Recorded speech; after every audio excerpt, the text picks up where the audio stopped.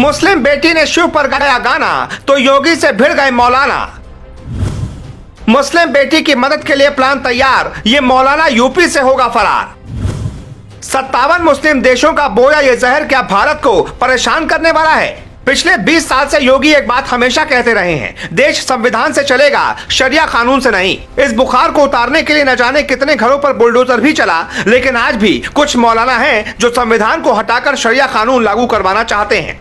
57 मुस्लिम देशों ने मिलकर ऐसा जहर बोया कि हिंदुस्तान के कुछ मौलाना देश के संविधान को नहीं मानते। हम आपको शरिया कानून पर योगी का क्या जवाब है वो सुनवाएं, उससे पहले सुनिए उस नाज की कहानी जो शिव की शरण में आई तो मौलाना की आंखें बाहर आ गईं। ये है फरमानी नाज, एक गाना गाया जो आप रोज सुनते हैं। हर हर शंभू गाया तो देवबंद के उलेमा को गुस्सा आया। मौलाना का कहना है कि शरिया कानून कहता है ऐसा नहीं होना चाहिए, मुस्लिम महिला को गाना नहीं गाना चाहिए। लेकिन ये मौलाना तब कहां चले जाते हैं जब एक मुस्लिम बेटी के साथ अन्याय होता है। साल 2017 में फरमानी की शादी हुई तो मुस्लिम लड़के ने बिना तलाक दिए दूसरी शादी कर ली। तब न देवबंद के उलेमा आए, न ही कोई शरिया कानून की दुहाई देने वाला मौलाना आया। लेकिन जब बेटी ने शिव का नाम ले लिया और कामयाब हो गई तो सारे गीदड़ शेर बनने लगे, ये भूलकर कि देश में संविधान का राज है। मौलाना ने जो कहा वो आज आपको छोटी बात लगेगी, लेकिन अगर वक्त रहते नहीं इलाज किया गया तो ये नासूर बनते देर नहीं लगेगी। देवबंद के उलेमा मौलाना मुफ्ती असद कासमी ने मुस्लिम महिला के शिव भजन गाने पर कहा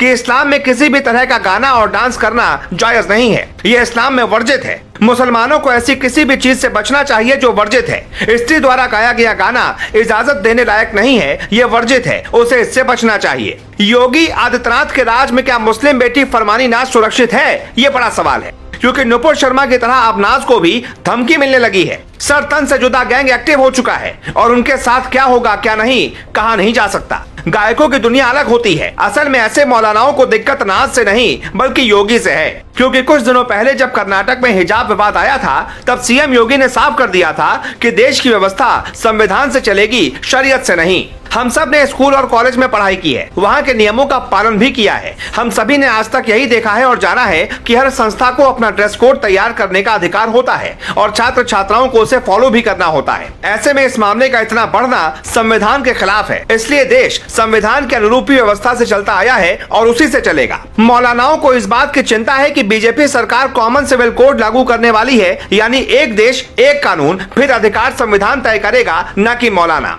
इसीलिए मौलाना इस बात से भी परेशान है कि अगर ऐसा हो गया तो फिर क्या होगा।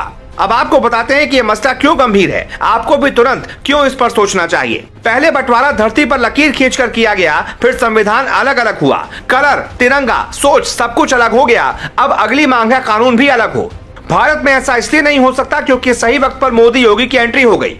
कुछ सरकारों ने शरिया कानून पर ढील दिया है और शुक्रवार को छुट्टी होने लगी है। झारखंड, छत्तीसगढ़, बिहार में कई स्कूलों में शुक्रवार को छुट्टी हो रही है। ऐसा किस देश में हो रहा है? सोचिए, ये मौलाना किस तरह की साजिश को हवा दे रहे हैं। ये कोशिश कर रहे हैं कि ऐसा बयान देंगे और अपना काम करेंगे। मौलाना जब शरिया कानून लागू नहीं करवा पाए तो इंडिया में एंट्री होती है पीएफआई की, जिसकी एक पूरी टीम दिन रात इसी के लिए काम कर रही है। ऐसे हालात अगर बदले नहीं गए तो फिर फरमानी नाज क्या, कोई भी हर हर शंभू जैसा कोई गाना गाएगा तो उसे धमकी मिलेगी।